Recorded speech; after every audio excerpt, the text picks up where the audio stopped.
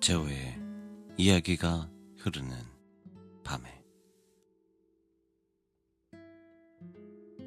오페라 나비 부인.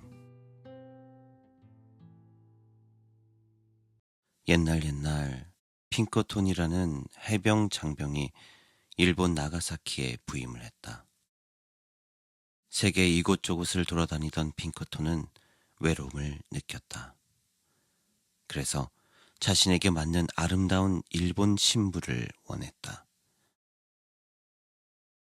핑커톤은 중매쟁이를 찾아갔고 아름답고 어린 여인을 소개해달라고 부탁을 했다. 그리고 얼마 후 핑커톤은 성대한 결혼식을 열게 되었다.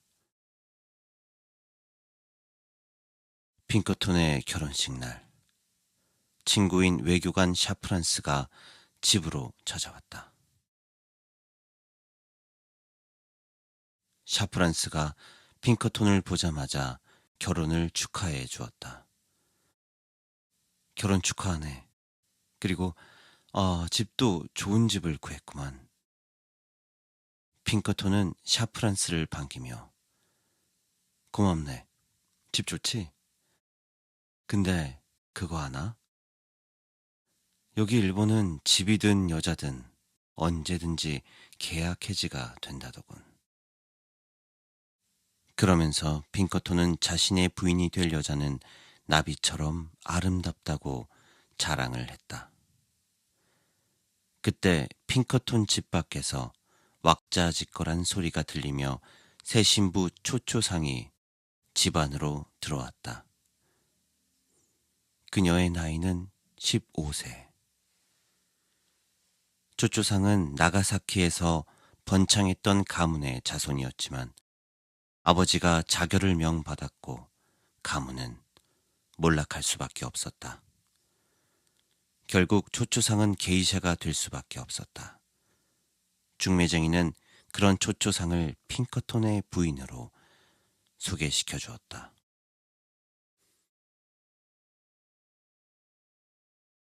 식장에 도착한 초초상은 핑커톤에게 마치 자랑을 하듯 가져온 짐을 꺼냈다.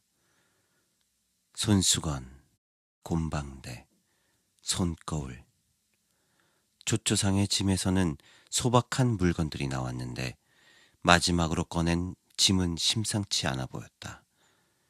그것은 시퍼렇게 날이 선 단도 한 자루. 그 단도는 초초상의 아버지가 자결할 때 썼던 단도였다. 한참을 짐을 정리한 초초상은 핑커톤에게 다가가 자랑스럽게 어제 교회당을 찾아간 것을 말했다. 이제 내 남편인 당신과 같은 신에게 기도를 하려 해요. 초초상의 행동에 핑커톤은 감동을 받았다. 드디어 초초상과 핑커톤의 결혼식이 시작되었다. 하객은 거의 초초상의 친척들로만 이루어졌다. 결혼식은 순조롭게 진행되는 것처럼 보였다. 그런데 누군가 큰 소리를 지르며 결혼식에 난입을 했다. 본조였다. 본조는 초초상의 삼촌이자 승려였다. 결혼을 위해 개종을 한 초초상에게 크게 화가 났던 거였다. 넌 내 사악한 영혼 때문에 멸망할 것이다. 이제 더 이상 우리 가문의 사람이 아니다. 본조는 그렇게 소리를 지르고는 식장 밖으로 사라졌다. 본조의 말을 들은 친척들은 하나둘 눈치를 보며 결혼식장을 떠나 집으로 돌아갔고 결혼식에는 핑커톤과 초초상만이 남아 있었다. 초초상이 핑커톤에게 안기며 말했다. 가족에게 버림받은 몸이지만 행복해요. 당신과 여기 있으니까요. 이제 당신은 나의 나비예요. 내 옆에 있으세요. 핑크톤과 초초상은 서로를 위로하며 사랑을 속삭였다.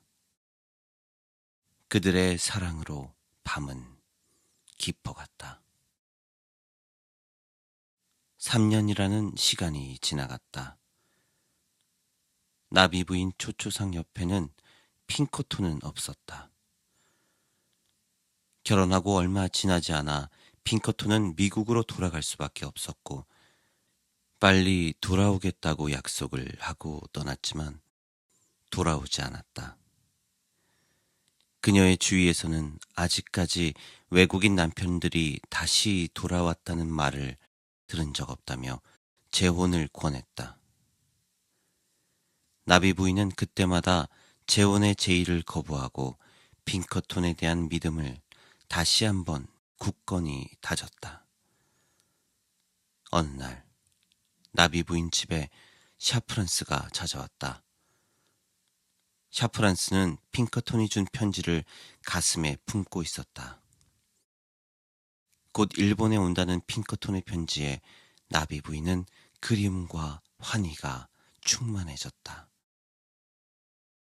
샤프란스가 중요한 마지막 장을 읽어주기 전 남편의 편지에 너무 기뻐 신이 난 나비 부인은 자신의 이야기를 시작했다. 자기에게 중매가 들어왔지만 핑크톤을 기다렸고 핑크톤이 돌아오지 않을 것이라고 말했던 그들에게 이겼다고 말했다. 그 이야기를 들은 샤프란스는 핑크톤의 편지의 중요한 마지막 장을 읽어주기가 망설여졌다. 핑크톤의 편지의 마지막 장에는 일본에 와도 나비 부인에게 돌아오지 않으니 다른 사람을 찾아 떠나라는 말이었다. 샤프란스는 나비 부인의 마음을 떠보았다. 부인, 혹시 핑크톤이 돌아오지 않으면 어떻게 할 생각이에요? 다시 게이샤로 돌아가거나 죽는 것이 낫겠지요. 엄마! 그때 나비 부인 품으로 한 아이가 안겼다. 금발의 곱슬머리, 파란 눈의 아이였다. 샤프란스는 그 아이가 핑크톤의 아이임을 직감했다. 결국 샤프란스는 핑크톤의 편지의 마지막 장을 읽어주지 못했다. 시간이 지나 핑크톤이 탄 군함이 입항을 했다. 먼 발치에서 군함의 입항을 본 나비 부인은 자신과 아이를 단장시키고 온갖 꽃으로 집을 꾸미기 시작했다. 나비 부인은 핑크톤을 하염없이 기다렸다. 그런데 저녁이 되고 밤이 되도록 핑크톤은 도착을 하지 않았다. 나비 부인은 기다림에 지쳐 잠이 들었다. 나비 부인이 막 잠이 들 때 샤프란스와 핑크톤 그리고 핑크톤의 새로운 부인 케이트가 함께 집 안으로 들어왔다. 아름답게 정돈된 정원과 여기저기 아름답게 뿌려진 꽃잎들은 핑크톤의 마음을 무겁게 했다. 날 아직 잊지 않았구나. 핑크톤은 죄책감에 시달렸다. 핑크톤은 차마 나비 부인의 얼굴을 볼 수가 없었다. 난 초초상을 볼 수가 없어. 이 집에 있을 수가 없다고. 핑크톤은 집에서 뛰쳐나갔다. 밖의 소란스러움에 나비 부인은 잠에서 깼다. 핑크톤, 당신이에요? 핑크톤은 없었지만 샤프란스의 얼굴을 보고 반기려다 샤프란스 옆에 케이트라는 젊은 여자가 있다는 걸 초초상은 보게 됐다. 나비 부인은 샤프란스 옆에 케이트가 핑크톤의 새 아내임을 직감적으로 알아차릴 수가 있었다. 나비 부인은 슬펐지만 그럴 겨를이 없었다. 그들은 나비 부인과 핑커톤 사이의 아이를 미국으로 데려가 키우겠다라는 소리를 초초상에게 하게 되었던 것이다. 나비 부인은 핑커톤에게 버림받았으며 자신의 아이를 떠나보내야 한다는 생각에 그 자리에 주저앉고 말았다. 알겠어요. 그의 뜻을 따르겠어요. 그에게 전하세요. 아이를 데려가고 싶다면 30분 후 이 집으로 오셔야 한다고요. 샤프란스와 케이트는 핑커톤을 부르기 위해 집에서 떠났다. 나비 부인은 떠나는 그들의 뒷모습을 바라보며 자신의 아들을 방 안으로 불렀다. 아가야, 자란 후에 내가 널 포기했다는 일에 너무 괴로워 마라. 네 엄마의 마지막 얼굴을 똑똑히 받아오. 내 사랑하는 아들아. 나비 부인은 아들을 꼭 안아주고는 나가서 놀라며 집 밖으로 보내버렸다. 나비 부인은 방문을 닫았다. 그리고 소중하게 아끼던 소지품 중에 아버지가 자결할 때 썼던 단도를 꺼내 들고는 가슴을 향해 힘껏 내리찍었다. 나비 부인에게 죽음이 내려앉았다. 늦게 도착한 핑커톤은 나비 부인의 방의 문을 열었다.